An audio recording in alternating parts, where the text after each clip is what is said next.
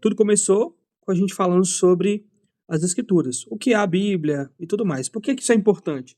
Para a gente definir bem sobre o que nós vamos falar. Beleza, depois disso a gente foi para o cânon bíblico, entendeu o que compõe essa Bíblia, né?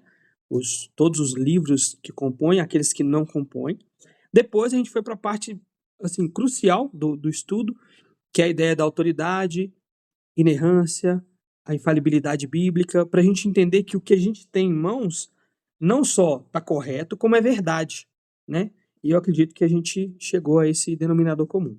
E agora, nessa última aula desse módulo sobre as escrituras, a gente vai falar sobre interpretação bíblica, ou seja, como interpretar esse texto que eu tenho em mãos, que eu sei que ele é verdade, eu sei que ele é autoridade, eu sei que ele é inerrante, eu sei que ele é infalível, mas como eu interpreto ele? Tá bom? Então é isso que eu quero tentar responder hoje. Se vocês tiverem alguma dúvida, podem levantar a mãozinha aí. Se vocês quiserem deixar para o final, até melhor. E se vocês tiverem alguma coisa para pontuar também, podem ficar à vontade, tá? Então vamos lá. Por que precisamos interpretar a Bíblia? Toda leitura da Bíblia envolve interpretação. Não existe leitura neutra. Mesmo quando alguém afirma que ler literalmente, já está fazendo escolhas interpretativas, ainda que não perceba. Não existe leitura neutra, na verdade, quase nada, tá? A gente tem um viés. Quando a gente vai ler alguma coisa, a gente já tem um tipo de pensamento. Esse tipo de pensamento pode mudar com a própria leitura? Pode. Mas existe a interpretação correta daquilo. Eu me lembro, para a gente já começar falando sobre interpretação bíblica, dando exemplos, eu me lembro de quando na escola a gente estudou sobre Dom Casmurro, que é um livro que eu gosto muito, do Machado de Assis. Por que que eu acho ele bacana? Porque ele conta a história do Bentinho.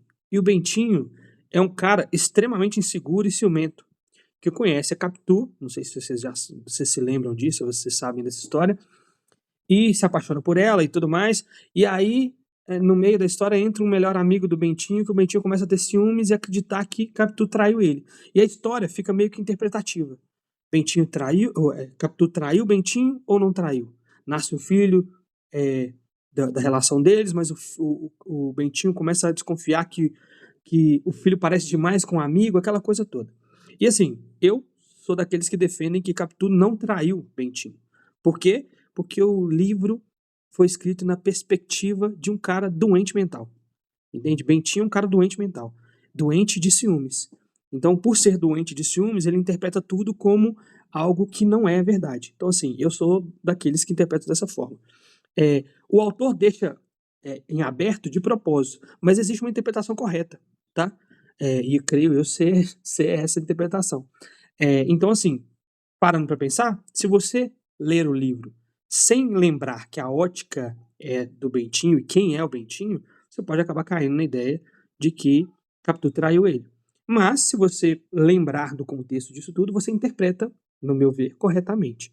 Entendeu? É só para dar um pequeno exemplo aqui sobre a ideia de que toda leitura envolve interpretação, tá? E a leitura bíblica mais ainda, porque tem textos, né, que geram debates, enfim. Essa necessidade de interpretação existe porque a Bíblia foi escrita em contexto muito diferente do nosso.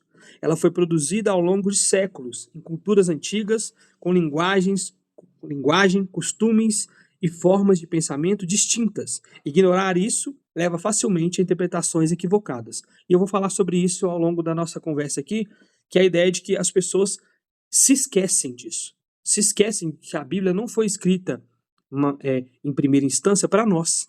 Foi escrita para um povo. Aquele povo entendia o que estava escrito ali. E a gente precisa ler nessa ótica, porque se nós pegarmos essas coisas e lermos a nossa ótica, a gente pode acabar entrando em problemas graves. Um exemplo disso, escravidão.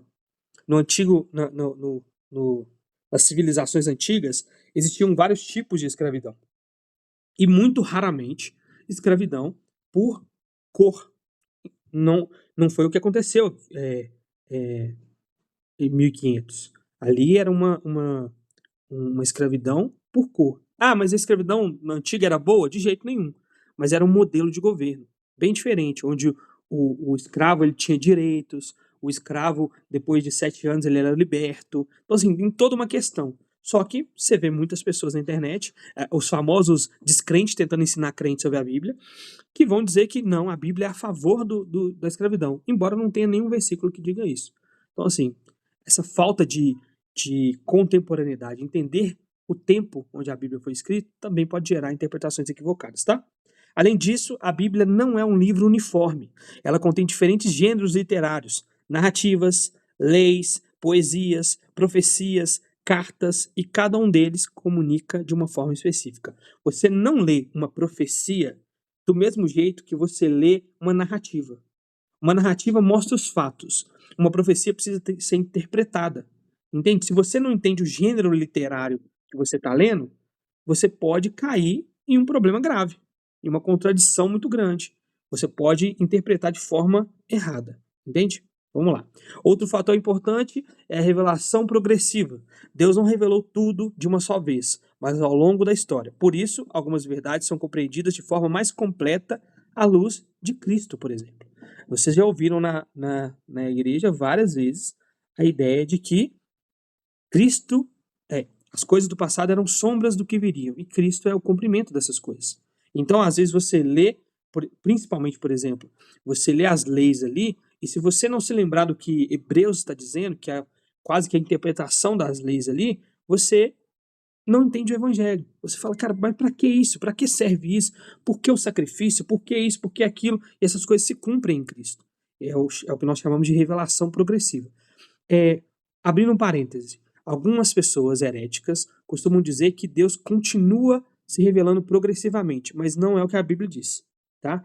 A Bíblia diz que, tendo falado anteriormente pelos profetas, falou nos últimos tempos pelo seu Filho Jesus. Então, a revelação progressiva finaliza ali, em Jesus Cristo, tá? Ela tem seu cumprimento em Jesus Cristo. Essa ideia de que não, nós ainda estamos tentando entender, compreender, isso vai contra os cânons, isso vai contra a ideia do cânon, na verdade, né? Isso vai contra os concílios, isso vai contra a infalibilidade bíblica, cria aquele problema todo que a gente já conversou, tá? Diante disso, interpretar corretamente não é opcional, mas é uma responsabilidade nossa. É nossa responsabilidade. Segundo Timóteo 2,15, o obreiro tem que ser aquele que maneja corretamente a palavra. Corretamente. Pedro vai falar que Paulo escreve coisas difíceis que os descrentes distorcem. Então a gente precisa não só interpretar, mas interpretar corretamente, tá? Interpretar mal a Bíblia não é apenas um erro técnico, pode levar aos erros doutrinários e práticas equivocadas. Quantos de nós, se a gente, no meio da conversa aqui, a gente vai perceber isso, passamos muito tempo crendo de forma errada porque nós interpretamos errado. Essa semana mesmo eu mandei pro pastor e pra Vanessa um vídeo sobre a Santa Ceia que mudou a minha cabeça. A vida inteira eu criei de uma forma, a vida inteira eu criei de uma forma, e com a interpretação correta, e eu percebi que eu estava sendo muito arrogante em não fazer a interpretação correta, já que eu não estava indo para o texto, eu achava que eu conhecia o texto, fazia muito mais sentido do que da forma que eu cria. Então, assim, eu vou falar um pouco mais sobre isso lá embaixo, sobre humildade também, de reconhecer quando a gente está errado, tá? Vamos lá. O segundo tópico é: para interpretar corretamente a Bíblia, precisamos de método. E é aqui que entram dois conceitos fundamentais. Isso você vai ver em tudo, principalmente nas pregações: hermenêutica e exegese. Vocês já devem ter ouvido alguém brincar sobre isso, alguém falar sobre isso, e ficou confuso na sua cabeça. É um pouco confuso mesmo. No começo você vai trocar as bolas, o que é exegese, o que é hermenêutica, mas com o tempo a gente vai pegando o que é. Vamos lá. A hermenêutica é o conjunto de princípios que orientam a interpretação. Ou seja, ela responde à pergunta: como nós devemos interpretar a Bíblia? Esses princípios funcionam como limites que protegem a interpretação contra a subjetividade. Entre eles estão a importância do contexto, a unidade da escritura, o respeito ao gênero literário e a busca pelo significado pretendido no autor. Ou seja, tudo que eu falei no começo é chamado de hermenêutica. Na hermenêutica, você olha para o texto como ele de fato é, desde que ele foi formado, sabe? É importante ali o contexto daquele texto, é importante a unidade dele com o resto das escrituras. Se vocês voltarem atrás na memória aí sobre o cânon, vocês vão ver livros apócrifos que deixaram que não fazem parte do cânon, né? Porque eles são apócrifos, principalmente porque eles não têm unidade com a escritura. Culto aos mortos, livros falando que contêm erros neles mesmos, enfim. O respeito ao gênero literário faz parte da hermenêutica também. Você olhar aquilo, oh, isso é o quê? Isso é uma carta? Isso é a lei? Isso é narrativo? Isso é um poema? Isso é importante também. E a busca pelo significado pretendido pelo autor. A quem esse autor estava comunicando? O que ele estava querendo dizer? A gente vê isso muito nas parábolas de Jesus. Jesus conta a parábola do agricultor. Em que ambiente? Em um ambiente onde agricultores estão. É simples assim. Entende? A gente precisa levar isso para a Bíblia toda também. Quem é o povo que vai ouvir aquelas histórias? Quem é o povo? Deus se faz entendível para aquele povo. E para nós também, claro. Mas se a gente esquecer daquele povo, a gente acha que é só para nós. Não. Deus ele fez esses homens todos escreverem a palavra de Deus para hoje eu entender. Aquela galera não entendia. Eu já vi falsos profetas falarem sobre isso. É o que a gente falou da falsa revelação progressiva. Não, eles não sabiam de nada. Agora a gente sabe. Não, não é bem assim, tá? A exegese, por sua vez, é a aplicação prática desses princípios a um texto específico. Ela responde a pergunta: o que esse texto significa? Depois de ter visto o contexto, depois de ter visto o gênero literário, depois de ter seguido essas regras hermenêuticas, nós vamos para a exegese. O que o texto está significando? É ir para o texto. Fazer essa exegese envolve observar palavras e analisar o contexto, entender o argumento do autor e considerar o cenário histórico. Ou seja, é a aplicação do método. Tá? Sobre a intenção do autor. A exegese está diretamente ligada à intenção do autor. Isso significa que interpretar corretamente um texto bíblico é buscar compreender aquilo que o autor inspirado quis comunicar ao escrevê-lo. O significado do texto não está no que o leitor sente ou imagina, mas naquilo que o autor inspirado quis comunicar. Por isso, uma das perguntas mais importantes da interpretação é: o que o autor quis dizer com isso?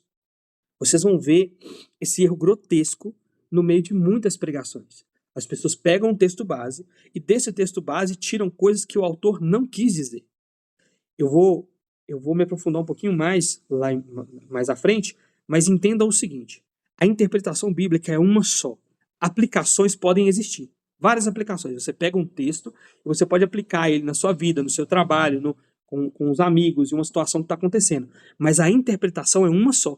O que o texto quer dizer é uma coisa só. Entende? Então, assim, façam essa diferenciação para vocês conseguirem entender até as pregações. Existe uma coisa, é a interpretação bíblica, é o que o texto está dizendo. Outra coisa são as aplicações para isso. Se o texto está dizendo que Jesus Cristo é o dono do ouro e da prata, ele está querendo dizer que Deus tem controle sobre todas as coisas, inclusive sobre o dinheiro. Como isso se aplica? Isso se aplica, por exemplo, eu posso dizer que você pode descansar no Senhor.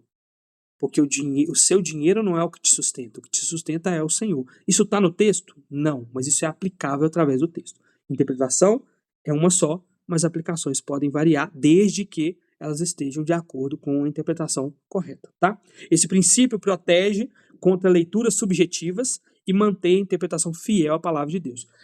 Eu falo muito com os meninos, quando a gente está falando sobre pregação, sobre tipos de pregação, né? E um dos tipos de pregação é a pregação temática. Você escolhe um tema, amor, fidelidade e tudo mais, e vai jogando versículos ali que se encaixem no seu tema. O problema disso é que se você não souber fazer bem, você isola versículos. E esses versículos perdem a sua interpretação inicial. O versículo não quer dizer aquilo, mas você faz ele dizer para encaixar na sua pregação. Isso é perigoso também. Essa leitura, por exemplo, subjetiva. Eu acho que... Não, você não acha. Tem uma interpretação. Você precisa ir atrás dessa interpretação. O que o texto está dizendo? Entende? Para isso existe a exegese hermenêutica, tá? O objetivo da exegese é extrair o significado do texto e não colocar ideias novas nele. A exegese não é você olhar para o texto e falar assim, eu acho que... Não, você não acha que nada. Você tem que olhar para o texto. Lembrem-se, meus irmãos, que a Bíblia é um documento histórico. Você não reinterpreta um documento histórico. Não existe reinterpretação. Nós não estamos no cinema. Você lê o documento histórico na historicidade dele. Entende? Você olha para aquele texto e fala assim, esse texto foi escrito nessa época, para essa galera, com essa intenção. É simples assim. Por isso, é essencial distinguir entre exegese... Gente, as palavras são idênticas, tá? mas uma é com X e uma é com IE. É exegese. Exegese é uma coisa e exegese é outra. Quando você tiver o material em mãos, fica mais fácil, tá? Mas vou explicar. Na exegese, o texto governa o intérprete, ou seja, você tira ali do texto o que o texto está querendo dizer. Na exegese, o intérprete impõe suas ideias ao texto. Grande parte dos erros doutrinários nascem quando a leitura deixa de ser exegética e passa a ser exegética. A hermenêutica fornece os princípios, a exegese aplica esses princípios. Na prática, exegese e hermenêutica caminham juntas. E aí eu separei um exemplo. Eu quero que vocês abram comigo aí, Filipenses, capítulo 4, versículo 13. Extremamente conhecido, tá? Extremamente conhecido. Para vocês terem uma noção de como é feita a hermenêutica e a exegese na prática em um versículo simples, tá? Sem isolá-lo do seu contexto. Filipenses, capítulo 4, versículo 13. Diz assim: tudo posso naquele que me fortalece. Simples, frase de caminhão. Tudo posso naquele que me fortalece.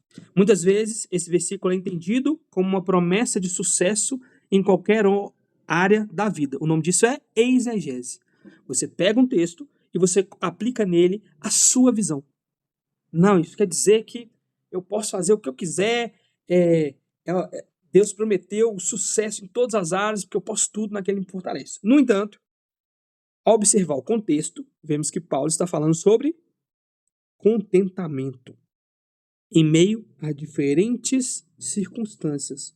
Vamos ler em cima? Versículo 11. Não estou dizendo isso porque esteja necessitado, porque aprendi a contentar-me em toda e qualquer circunstância. Sei o que é passar necessidade, sei o que é ter fartura, aprendi a passar por toda e qualquer situação, seja bem alimentado, seja com fome, tendo muito ou passando necessidade. Tudo posso naquele que me fortalece. O texto não ensina que podemos conquistar tudo, mas que Cristo nos fortalece para permanecer firmes em qualquer situação. Essa é a interpretação correta. Não existem várias interpretações disso aqui. É simples. Sabe, tem muito isso nos debates que acontecem. Ah, tirou minha fala de contexto. Não foi isso que eu quis dizer. Pois é, o texto bíblico é a mesma coisa. Estão tirando o texto bíblico de contexto e colocando nele coisas que ele não disse. Hora nenhuma ele disse. E o nome disso é exegese, não é exegese. E a gente tem que tomar muito cuidado para não fazer isso, tá? E assim, você pode ter certeza, se você procurar aí, você vai achar alguma coisinha que você faz exegese a vida inteira, assim como eu encontrei pouco tempo atrás, tá? Tópico 3, a Bíblia tem uma só interpretação. Eu vou bater um pouquinho mais nessa tecla, tá?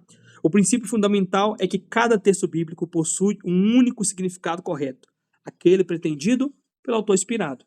Simples assim. Existe um público-alvo. E existe ali um significado correto. Existe ali uma intenção. E essa intenção precisa ser levada em consideração também. Ah, não, mas a intenção era A, mas hoje... Não, hoje nada. A intenção do autor precisa ser levada em conta. Até para as aplicações, tá? Porque a gente não pode criar aplicações que não existem. É simples assim. O texto não está querendo dizer aquilo. A aplicação da exegese em Filipenses, tudo posso naquele que me fortalece, é mentirosa. Ela não existe. Ela não faz sentido. Entende? Então, assim, se ela não faz sentido, fica estranho. É simples assim. Fica esquisito, porque o texto não está querendo dizer isso. Então, a gente tem que tomar muito cuidado com essas coisas. Isso acontece porque Deus não é um Deus de confusão. Por isso, sua palavra possui sentido definido e não múltiplos significados igualmente válidos. Ele se comunica com propósito e clareza. É o que Deus quer de nós. Propósito e clareza. É simples assim. E é o que ele colocou no texto dele. Propósito e clareza. Existe um propósito para o texto e existe uma clareza no texto. Significa, a gente já falou sobre isso lá atrás, significa que todos são fáceis de compreender? Nem todos. Essa é uma realidade. Mas significa que Deus está sendo claro com aquele povo naquele momento. Então, a gente precisa lembrar disso. Por outro lado, é importante distinguir entre interpretação e aplicação, como eu estou dizendo. A interpretação é fixa. A aplicação pode variar desde que permaneça fiel ao significado do texto. Eu acho que dá para entender isso, até na prática. A ideia de poder todas as coisas, ele vai ter sucesso em tudo na sua vida, não faz sentido com a interpretação correta. Não faz sentido. Mas, por exemplo, você pode aplicar isso na sua vida. Olha, esse momento que eu estou passando, Cristo me fortalece nesse momento, nessa tristeza, nessa dor. Assim como ele fez com Paulo, porque Deus, ele é assim, isso é quem Deus é. Essa é uma aplicação válida para a interpretação fixa e correta do texto. A ideia de que cada um tem sua interpretação enfraquece a autoridade da Bíblia e abre espaço para distorção. Vocês vão ouvir isso muito na boca de ateus. Não, mas é porque a Bíblia tem várias interpretações. Não tem. Não tem. Ah, mas é porque é muito difícil interpretar a Bíblia. Não é. Na grande maioria das vezes, não é. A gente já falou sobre isso. A Confissão de Fé de Westminster deixa claro isso. Nas coisas concernentes à salvação, a Bíblia é extremamente clara e tem uma interpretação só. Tá? Sobre os princípios fundamentais dessa interpretação. O primeiro e mais importante princípio é o contexto. Nenhum texto deve ser interpretado isoladamente. Vocês viram que quando eu li o versículo 13, você pode criar o que você quiser nele, mas com contexto não tem como fazer isso mais? No contexto, não tem o que fazer mais. É de novo, é tirar, quando você vê nos debates alguém tirando uma fala de contexto. A minha fala foi tirada de contexto, significa o quê? Que o contexto explica a fala. E quando ela é retirada do contexto, você cria a interpretação que você quiser. Isso é um problema. É necessário considerar o que vem antes e depois, o argumento do livro e o contexto histórico em que foi escrito. Ignorar o contexto é uma das principais causas de erro. Muitas vezes, você vai ver principalmente seitas e outras religiões usando versículos isolados. Vocês já ouviram, a letra mata. E a letra mata, para essas seitas, significa que você não pode estudar a Bíblia. Você precisa manter sua boquinha fechada e ouvir o que o pregador está querendo dizer, e não pode ir no texto bíblico. Por quê? Porque se for muito na Bíblia, você vai acabar desviando. Entende? Então, assim, a gente precisa tomar muito cuidado com isso. Tem que tomar muito cuidado com isso. O princípio essencial, outro princípio essencial, né, é que a Escritura interpreta a própria Escritura. Isso está nos concílios, isso está nas confissões de fé. A Bíblia é coerente consigo mesma, por isso textos mais claros ajudam a entender os mais difíceis, e nenhuma interpretação pode contradizer o restante da Bíblia. Vamos lá, vou te dar um exemplo. Purgatório. Onde na Bíblia defende a ideia do purgatório? Em lugar nenhum. Nenhum da Bíblia. Pelo contrário, a Bíblia diz que ao homem é natural morrer uma vez só, vindo depois disso o juízo. Morreu, você vai se encontrar com Deus e vai ser julgado, céu ou inferno. É o que a Bíblia diz. E aí, um apócrifo vai dizer que um cara chamado Judas reúne a cidade na praça para que eles possam orar pelos mortos. Isso vai contra tudo. O nome disso é necromancia, e necromancia é proibido com castigo de morte por Deus no Antigo Testamento. Então, isso contradiz. A gente precisa lembrar disso. A Escritura interpreta a Escritura. Por isso que você vai ver, por exemplo, na pregação, um texto base, que a pessoa lê ali, geralmente, vou falar de pregação expositiva, que é o que eu geralmente faço. Você tem um texto base ali.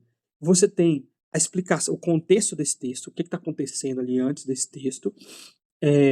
Você tem o versículo por versículo ali, o que o autor está querendo dizer ali. E, no meio desses versículos, alguns princípios podem ser fortalecidos com outros textos bíblicos. Isso é o que a gente chama de textos de apoio. Por quê? Nos textos de apoio, a ideia é fortalecida. Entende? Eu acho que fica meio mais fácil quando a gente leva para a parte da pregação. Tá? Também é necessário respeitar os gêneros literários. Isso aqui, assim, é ignorado pela grande maioria da igreja por falta de conhecimento mesmo, tá? A Bíblia contém poesia, narrativa, profecia, cartas, literatura apocalíptica e outros estilos. Cada um deve ser interpretado conforme sua natureza. Ignorar isso leva a interpretações equivocadas, como literalismo indevido ou alegorização exagerada. Ou seja, se você pega uma profecia e leva ela ao pé da letra, você está indo contra o que é uma profecia. E você vai começar a acreditar, por exemplo, que em Apocalipse, quando o mundo estiver acabando, vai aparecer um gafanhoto do tamanho de um cavalo com cara de homem. É simples assim. Entende? E é assim. E aí, como você esquece também a alegorização exagerada? A Bíblia deixa muito claro a ideia do que significa, por exemplo, a marca da besta. Porque em Deuteronômio, e aí, de novo, um texto interpretando outro texto, quando Deus vai falar com o povo para gravar a lei dele, ele fala assim, ó, gravem nas suas mãos e na sua cabeça, ou seja, na mente e no agir. E aí, a marca da besta é gravada aonde? Na mão e na cabeça, falando sobre uma forma de pensar e uma forma de agir. O texto de Apocalipse quase nunca é literal, quase nunca é literal. Por que ali seria? Entende? Você precisa fazer essa pergunta para o texto também. É um pouco mais difícil em alguns casos, um pouco mais fácil em outros, tá? Sobre descrição versus prescrição. Outro cuidado importante é distinguir entre descrição e prescrição. Nem tudo que a Bíblia relata deve ser entendido como algo a ser praticado. Em muitos casos, o texto apenas descreve acontecimentos, incluindo erros, pecados e falhas humanas. Para pensar. Nós temos heróis da fé, em Hebreus 11, que pecaram de forma grave. Então, por exemplo, você tem o mais famoso deles, Jefté. Jefté que, antes de ir para a batalha, faz uma promessa para Deus de que sacrificaria a primeira pessoa que passasse pela porta quando ele voltasse. Não só a pessoa, né? O primeiro que passasse, é o que o texto diz. E quando ele vence e volta, a filha dele passa pela porta. Ele sacrifica a própria filha. Isso não é Deus aprovando nada. Ali está sendo descrito, não está sendo prescrito. Não é para fazer. Agora, quando a Bíblia fala para você não pecar, para você viver em santidade, para você buscar o reino de Deus e sua justiça, ali são prescrições. Faça isso, faça aquilo. Tá? A gente tem que tomar cuidado com isso também. Por isso, é necessário perguntar: o texto está descrevendo algo ou ensinando algo que deve ser seguido? Pensa nisso. Cara, será que o texto está ensinando alguma coisa? Olha, o que não fazer, como esse cara errou, como isso daqui foi feito de forma que desagrada ao Senhor, ou o texto está mandando eu fazer? Eu acho engraçado aquelas pessoas que defendem a ideia de que Jesus foi rico. E aí eu já entrei num debate desse que os caras, não, porque Jesus tinha casa em Cafarnaum e não sei o quê, não sei o quê, não sei o quê. E a pergunta que ficou no final foi assim, tá, mas isso importa em quê? Jesus, ele critica o querer ser rico. Quem busca a riqueza cai em grande ruína. É o que a Bíblia diz. É simples assim. Sabe? O próprio Jesus vai dizer que é mais fácil um camelo passar pelo buraco de uma agulha do que um rico herdar o reino dos céus. E aí, sabe o que é o mais engraçado? Para burlar isso, para facilitar isso, as pessoas inventaram no século IX a mentira de que existia uma porta em Israel, em Jerusalém, que se chamava agulha. Não existe nenhum fato arqueológico que demonstre que isso existiu. Isso só serve para diminuir o peso do que Jesus disse. E Jesus não está falando ali só sobre o rico, ele está falando que para ninguém é possível, mas para Deus tudo é possível. Para o homem é impossível, mas para Deus tudo é possível. É simples assim, entende? Para aquela sociedade que valorizava o rico, que acreditava que o rico era aquele que estava mais próximo de Deus, Jesus choca os discípulos, a ponto dos discípulos dizerem assim, e nós? Pô, se esse cara é rico e não vai ser salvo, e nós? E Jesus não responde assim, não, eu tô falando que pro rico é mais difícil. É igual aquela porta lá que vocês viram, sabe? O camelo não consegue passar. Mas assim, apertando um pouquinho dá, um camelo menor dá. Não. Ele tá pegando o maior animal daquela região, que é o camelo, e tá pegando o menor buraco imaginável, que é a agulha. Fala, cara, é impossível. Para um homem ser salvo. Para um homem é impossível. Mas para Deus tudo é possível. Tá?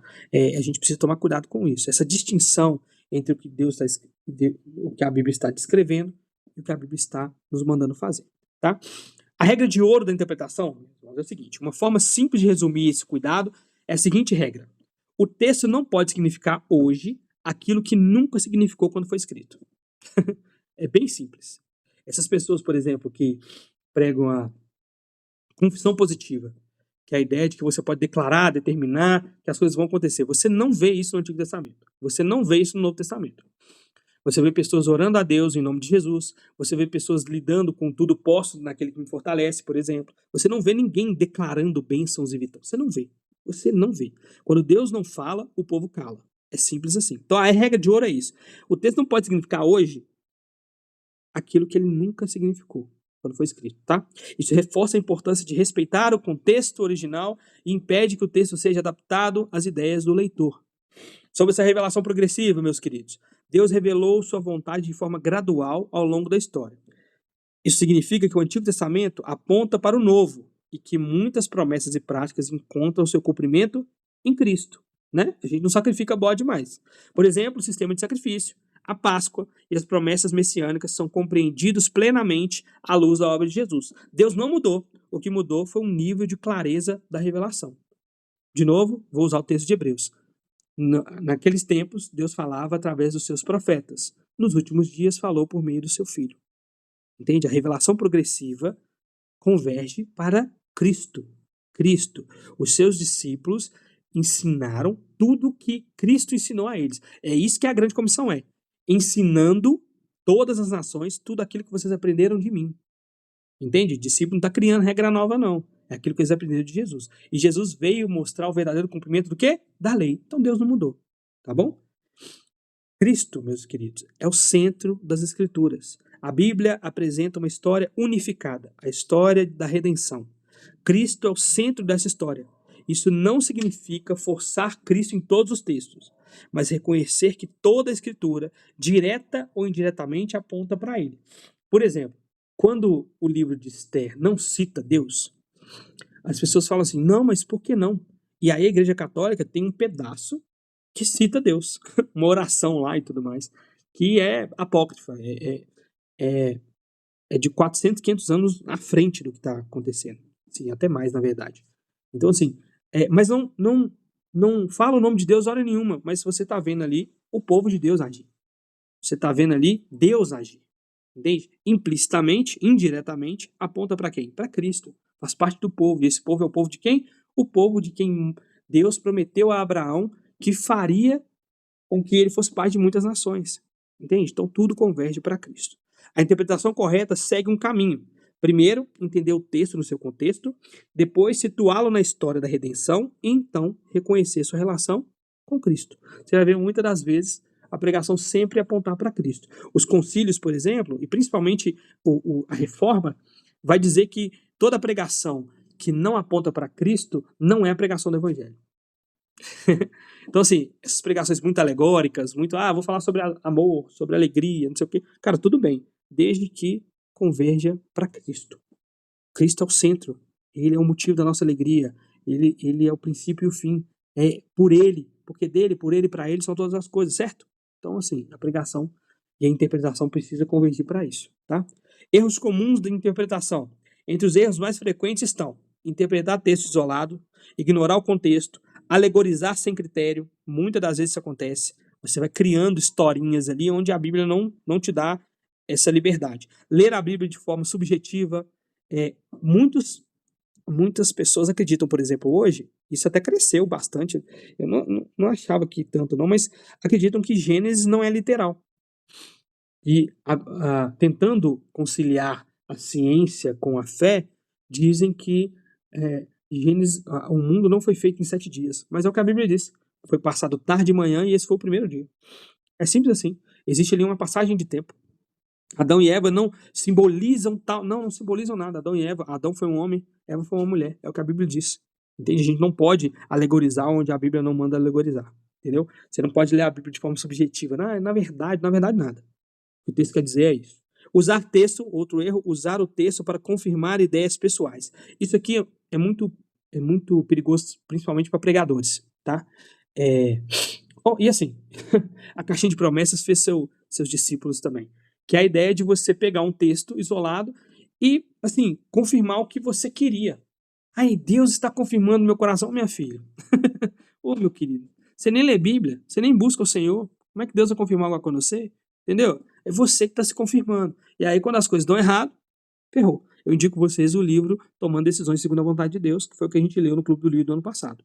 Vai te ajudar muito ou vai te causar uma certa tristeza, por você entender que você está fazendo errado. Tá? Mas existe muito isso na pregação também. Eu tenho uma ideia, e eu já fiz isso demais, tá? Fiz isso demais. Eu tenho uma ideia e eu tento forçar o texto à minha ideia. Porque eu queria falar sobre isso, eu queria falar sobre esse assunto. Sabe? Não, isso aqui. E assim, talvez até tenha outros textos, ou talvez não, e eu tenho que entender isso. Eu tô ali para pregar o texto, eu não tô ali para pregar minhas ideias, né? Esses erros surgem quando o intérprete deixa de se submeter ao texto. E de novo, isso não é só para pregador. Você pode fazer isso no seu versículo do dia. Você usa igual um horóscopo. Não, o versículo do dia tá falando tudo, posso aqui me fortalece. Pronto, Deus tá falando, não tá. Não tá, você é emocionado. Vai ler sua Bíblia. Sabe? Não é assim que funciona. Sobre traduções de Bíblia, como funciona? Não vou me alongar nisso aqui, porque eu separei um material sobre isso que eu vou mandar lá no grupo, tá? Mas eu vou só pincelar para não dizer que eu não falei.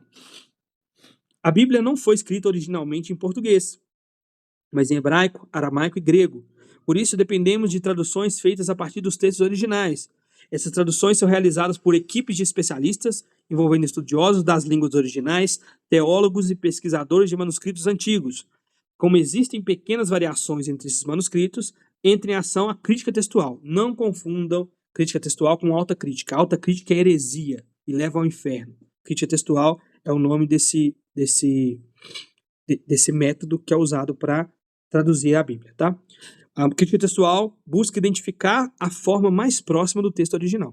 Existem duas principais bases textuais: o textus receptus, utilizado em traduções mais antigas, e o texto crítico, baseado em manuscritos mais antigos e ampliamente utilizados nas traduções modernas. Além disso, há diferentes filosofias de tradução. Algumas versões buscam maior fidelidade literal ao texto original, enquanto outras procuram transmitir o sentido de forma mais clara na linguagem atual. Você quer uma diferença de Bíblias assim? A King James, que usa esse textus receptus, que é o texto que foi recebido, e você só traduz palavra por palavra, tá? E você tem a NVI, que usa o texto crítico, que é a mesma base dos manuscritos, mas eles, além de traduzirem palavra por palavra, ao aplicar, eles colocam o sentido da frase completa, entendeu? Facilita, você vê que é uma Bíblia um pouco mais fácil. Alguém me perguntou essa semana, falando que a NVI da pessoa estava diferente, e eu descobri, estava vendo um vídeo do Luiz Saião, porque ele foi um dos tradutores da NVI de 2011, que existe uma nova tradução da NVI que foi produzida em 2023, tá? Por isso que as NVIs estão um pouco diferentes. Mas, enfim, isso é só detalhe, tá? Por isso, é importante usar as traduções de forma adequada. Alguma tradução está errada? Não. Tirando a mensagem, a Bíblia Freestyle, a Bíblia Testemunho de Jeová, essas variações demais do texto original, isso aí você pode excluir. Mas as Bíblias NVI, NAA, a ARA, a João Ferreira de Almeida, a NVT, até a NTLH, que é um pouco mais fluida, assim, eu acho bacana. Mas nós precisamos entender a forma adequada de usar cada tradução, tá? Versões mais literais são úteis para estudo, pois preservam melhor a estrutura do texto. Já versões mais dinâmicas ajudam a leitura e compreensão geral. O que geralmente eu falo com as pessoas?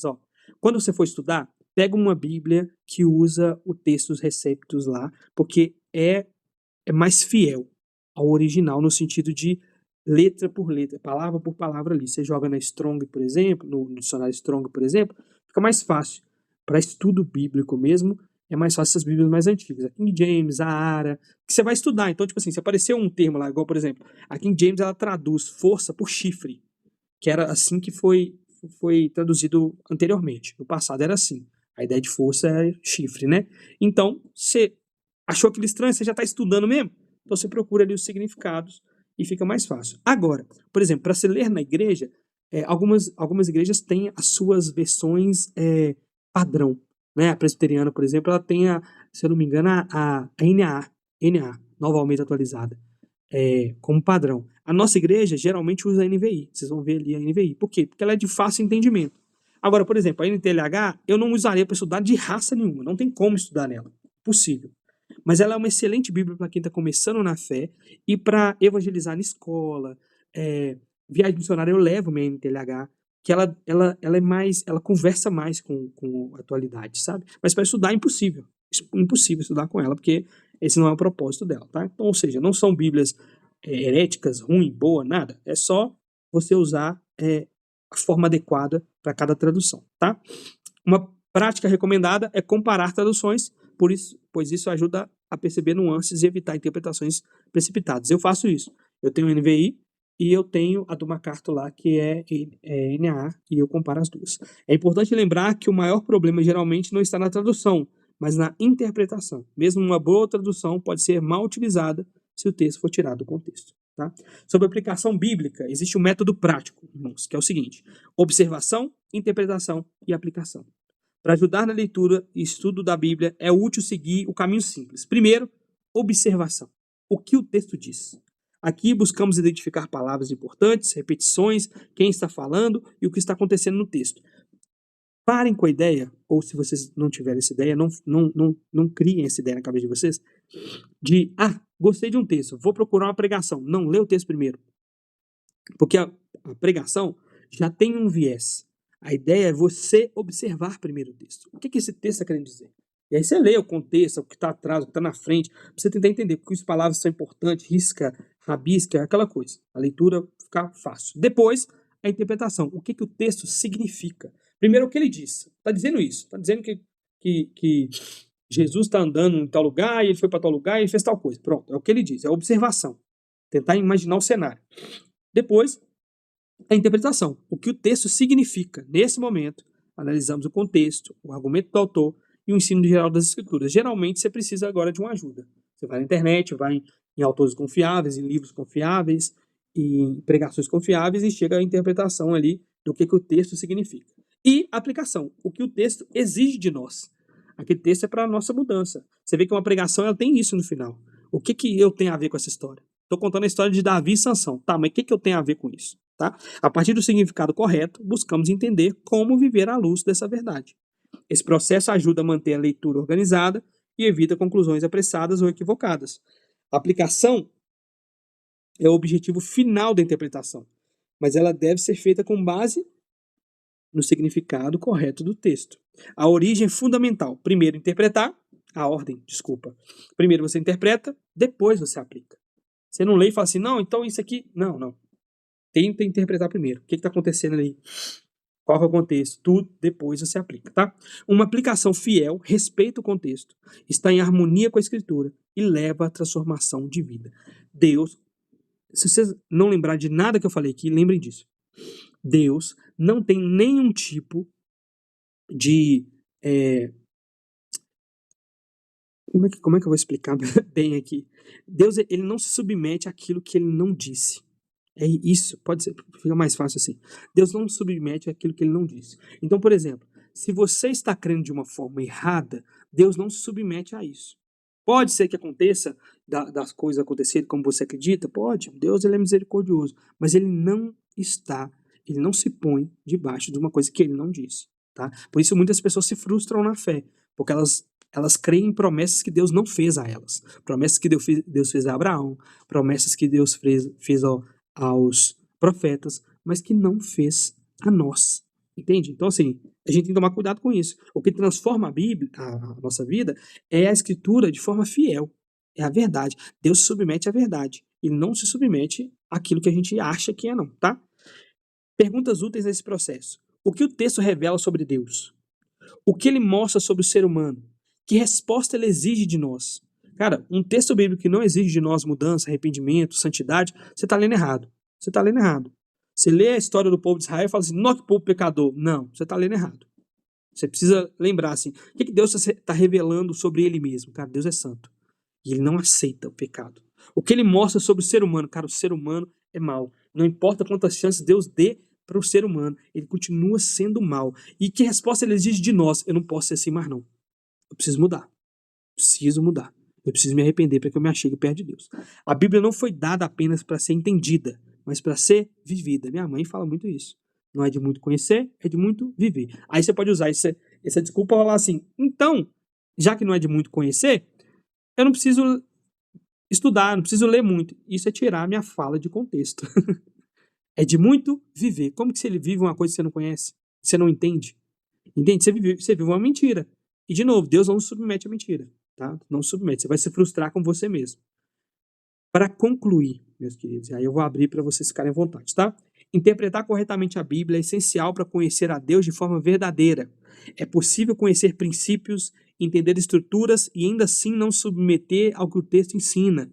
Por isso, além do estudo correto, é necessário humildade, dependência de Deus e disposição para obedecer. Não adianta você pegar tudo isso que eu estou falando, entender sobre o que é a Escritura, entender o cânon bíblico entendeu a autoridade, inerrância e suficiência das Escrituras, entendeu como interpretar biblicamente as coisas, se você não estiver disposto a obedecer, não vale de nada. É obra morta. Com toda certeza tem pessoas lá fora muito mais estudiosas do que nós, muito mais entendedoras do que nós. Eu vejo isso muito quando aparece um ateu criticando a religião, falando mal da Bíblia, de Deus, fala, cara, realmente, você não tem disposição para obedecer. Esse é o seu problema. Pessoas, eu vi esses dias o vídeo de uma moça que tá lendo a Bíblia toda, sabe? E falando como Deus é mau, como ele massacra e tudo mais. Cara, você não tem disposição para obedecer. Você não quer entender. Você não quer depender de Deus. Você não quer ter humildade para reconhecer, cara, eu tô errado. Eu tô errado, sabe? É sobre quem Deus é sobre quem Cristo é. A gente tem que tomar cuidado com isso também, tá? A interpretação fiel não termina no entendimento, mas na obediência. Isso não é apenas um exercício intelectual, mas um ato espiritual. Estava conversando isso com os meninos sobre como Satanás distorceu a ideia de espiritual na nossa cabeça. Espiritual é rodopiar, é pular, é gritar, é fechar o olho e revelar alguma coisa. Sendo que a palavra de Deus, a obediência à palavra de Deus, é algo extremamente espiritual, porque carnalmente a gente não consegue fazer isso. É impossível. Ao homem é impossível, mas para Deus tudo é possível. Deus revelou sua palavra de maneira clara e suficiente. Cabe a nós ouvi-la corretamente, entendê-la corretamente e viver de acordo com ela. Amém? Queria abrir espaço para vocês falarem. Podem ficar à vontade, tá? A paz a todos. Boa noite. Eu estou lembrando de um versículo aqui, que eu não sei falar qual, mas Deus fala que ai daquele que disser o que eu não disse, né? Então, é uma lembrança que eu estou tendo aqui da palavra. Gostaria de falar também de uma irmã minha, que é a irmã Maria, que fala que católico faz as coisas de verdade, eles adoram de verdade, mesmo sendo errado, eles fazem tudo direitinho. Agora tem cristão que não faz, né? As coisas que é para fazer. Não obedece igual o católico obedece, mas faz tudo errado, né? Então, gostaria de deixar aí para os irmãos isso, né? Que Deus possa continuar nos abençoando em nome do Senhor Jesus. Amém, mãe. Realmente, Deus fala com Jeremias que os profetas eles profetizam mentiras, profetizam aquilo que Deus não mandou dizer e que são malditos esses profetas. Então, assim, às vezes, essa falta de entendimento nosso pode criar em nós um distanciamento do que Deus realmente quer para nós. A vida inteira você crê de uma forma e você acha que está tudo bem você crer assim, porque principalmente assim, porque todo mundo crê, né? Então, assim, já que todo mundo crê, por que eu não posso crer dessa forma? E você pode estar falhando com o seu próprio Deus, né? Mais alguém quer falar alguma coisa, gente? Ô, Mal, é uma pergunta boba. A nova tradução na linguagem de hoje, então, é boa só pra quem tá começando, né? Não é bom pra estudo, não, né? Ok, então, a proposta da NTLH não é estudo. Porque, por exemplo, um texto que ele fica simples na NTLH, ele fica muito simples, entendeu? A ideia ali, eles olham o que o contexto quer dizer e eles escrevem dessa forma. Então não tem como você saber significado de palavras ali. E a Bíblia e a tradução NTLH não se propõe a isso. Então, assim, o que eu indico a NTLH, por exemplo, na sua leitura diária, você lê a NTLH, sabe? Você vai falar com alguém em algum versículo, você cita a NTLH, você faz essa pessoa que assim, o brasileiro tem muita dificuldade de ler, então a NTLH serve. Quando você vai evangelizar, eu só levo a NTLH, não levo a minha Bíblia normal. Assim, ela serve ao propósito dela, tá? E assim, uma outra dica, tá, que eu dou para vocês é subir de nível. Eu comecei com a NTLH. E aí eu passei da NTLH para a NVI, da NVI eu tive uma King James por um tempo, e assim, hoje eu me sinto confortável na NVI, confortável. Mas é bom sair da zona de conforto de vez em quando, procurar outras versões de Bíblias ali, de passagens, para você entender um pouco mais o que está querendo dizer. Principalmente essas mais fiéis ao texto. Elas são mais difíceis, porque, por exemplo, são traduções que falam de dracmas ainda, que falam de côncavos, sabe? Essas coisas assim, você vai ter que pesquisar mais. Nesses casos, às vezes em um estudo assim, até melhor a NVI, principalmente de 2011, tá? De 2023, voltou para essa ideia antiga de côncavos, dracmas, essas coisas. Não explica muito bem. Mas elas são boas para estudo, né? E Bíblias mais atualizadas na linguagem, principalmente a NTLH, elas têm seu lugar, mas não é o lugar de estudo, tá, Caio? Não é. Entendi, obrigado, Mal. Por nada, Nico. Mais alguém? Cheguei atrasada, que saí, né? Mas que estudo aproveitoso para nós, né? Nós temos que agradecer muito, Senhor, por isso. Em nome de Jesus.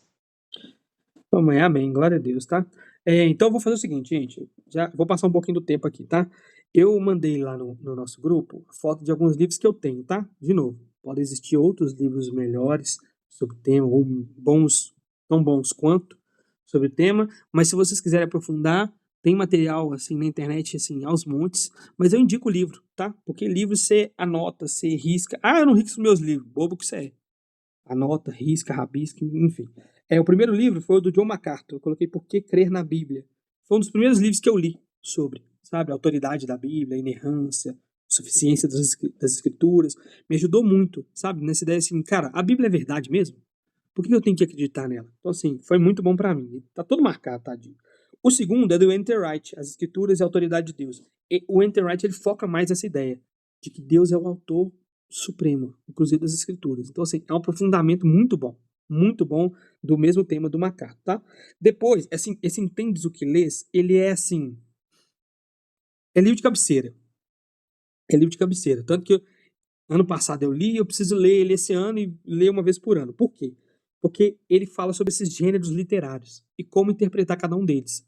Cartas, profecias, profecias apocalípticas, a lei, narrativas, cara, e de um jeito extremamente simples, assim, assim, é quase bobo. O livro é maravilhoso, tá? O próximo livro é Os Perigos da Interpretação Bíblica. Esse é mais difícil, tá? Esse é mais difícil, esse é mais técnico. Mas é bom. Ele é curtinho assim, então dá pra você ler ele umas 3, 4 vezes pra você entender. Mas ele é bom, tá? Não, eu indico demais também. E esse daqui nós vamos fazer uma aula só sobre ele, tá? Mais pra frente. Que é questões doutrinárias pelas quais vale a pena lutar. Ele fala sobre triagem teológica, sobre questões primárias, questões secundárias, terciárias. Eu achei por bem colocar ele aqui também, porque ele vai tratar dessas questões. O que na Bíblia é essencial, o que na Bíblia pode ser debatido, o que é interpretativo. E, de novo, livros fáceis. O único livro um pouco mais difícil é Os Perigos da Interpretação Bíblica, que, assim, você vai penar um tiquinho. Não é muito, não. Você vai penar um tiquinho, mas vale muito a pena, tá? Quero agradecer vocês por vencermos esse primeiro módulo sobre as Escrituras, tá? Não deixem de estudar sobre, não deixem de buscar sobre, não deixem de ler a Bíblia de vocês, tá? É extremamente importante isso também. Não adianta a gente fazer aqui um estudo sobre a Bíblia, todo mundo achar muito bonito, muito legal e ficar por isso mesmo, né? Porque nós estamos aqui não só para aprender sobre o Senhor, mas aprender para viver. Eu quis deixar isso bem claro no final. Obedecer, viver, tá? No mais, semana que vem a gente não tem. Na próxima semana a gente começa outro módulo, que é sobre a Trindade, tá? Nós vamos falar sobre o termo Trindade, o que é a Trindade, e provavelmente separar 3 aulas para falar sobre o Pai como Deus, o Filho como Deus, o Espírito Santo como Deus, tá bom? Jesus abençoe vocês. Qualquer dúvida, vocês podem mandar lá no grupo, podem mandar no privado, fica à vontade. Qualquer indicação de livro também que vocês tiverem também para mandar, material, me manda que eu mando lá no grupo, tudo direitinho, tá? Finalizando a aula aqui, eu vou mandar o esboço dela, mais um esboço sobre traduções de Bíblia, tá? Para quem se interessar. E aí fica em cargo do nosso irmãozinho Vitor Hugo aí, colocar no YouTube mais esse encontro nosso, tá? Eu queria pedir pro Caio orar pra gente. Pode ser, Caio? Pode, claro. Gente, vamos começar então a orar. Licença, meu Deus, boa noite, meu Pai. Primeiramente, peço misericórdia pelos nossos pecados, nossas má condutas. E, Senhor, te agradeço por mais uma aula de ensino bíblico que o Senhor tem proporcionado para nós. É realmente uma riqueza que eu nunca vi nem no mundo, quando eu estava no mundo. Por isso te agradeço, Senhor. Agradeço pelos irmãos, por todos. Obrigado, Pai.